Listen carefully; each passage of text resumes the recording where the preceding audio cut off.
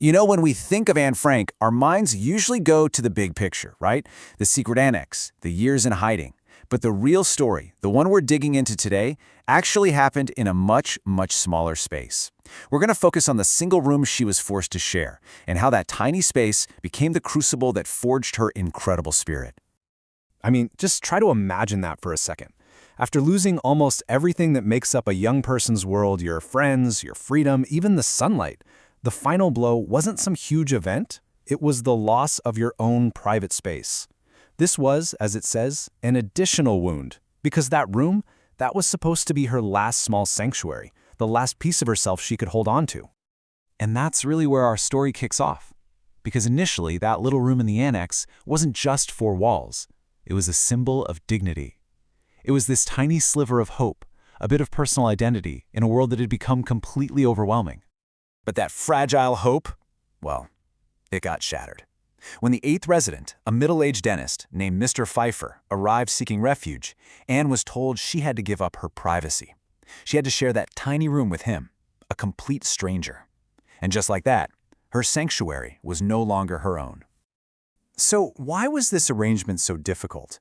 I mean, it wasn't just about the lack of physical space. It was about the suffocation of her inner world.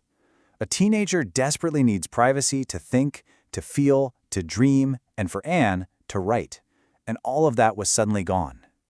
The core of the problem was that they were just completely incompatible. Their personalities clashed from the very first moment. On one side, you have Anne, expressive, imaginative, and restless. And on the other, Mr. Pfeffer, controlling, easily irritated, and obsessed with order. It was basically a perfect storm of conflict in a totally inescapable space. And so that room transformed. It stopped being a sanctuary and became this quiet, painful battleground. Anne constantly felt unseen, dismissed, and criticized. Her one personal space was now the source of a daily, grinding struggle. And look, these weren't just trivial disagreements. When you're trapped in confinement, living in constant fear, every tiny friction is magnified 100 times. The fight over who got to use the desk, that wasn't really about a desk. It was a desperate fight for just a moment of peace, a sliver of control in a world where they had absolutely none. But here is where the story takes such a remarkable turn. Instead of allowing all this constant conflict to make her bitter or break her spirit, Anne found an escape. She turned inward, to her writing, processing every frustration and every feeling right there on the page. You see, her diary wasn't just a book. It became the real room she lived in. It was the only place she had total freedom, the one space where she could be her full, uncensored self, analyzing, questioning, and growing. It became her psychological sanctuary when her physical one was taken away. In fact, the conflict with Mr. Pfeffer in that tiny room was a perfect microcosm, a perfect little model of the entire experience of life in the annex. It reveals this really powerful psychological truth about what it actually means to be trapped. This process is absolutely key. First, you have the physical confinement. That forces the second step, emotional confrontation. You can't run from others. And maybe more importantly, you can't run from yourself. And all that intense pressure leads directly to the third step, this incredibly accelerated personal growth. You're forced to figure out who you are.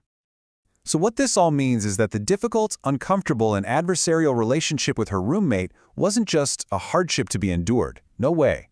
It was the very thing that sharpened her. It forged her insight, deepened her understanding of human nature, and accelerated her journey into the wise, mature young woman we know from her writing. Ultimately, this single sentence says it all. The shared room was a crucible. It was a painful, trying, and deeply uncomfortable experience, but it was also transformative.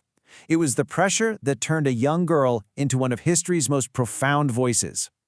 And that leaves us with a final thought to consider. It wasn't the grand sweep of history, but the daily struggle within four small walls that shaped her.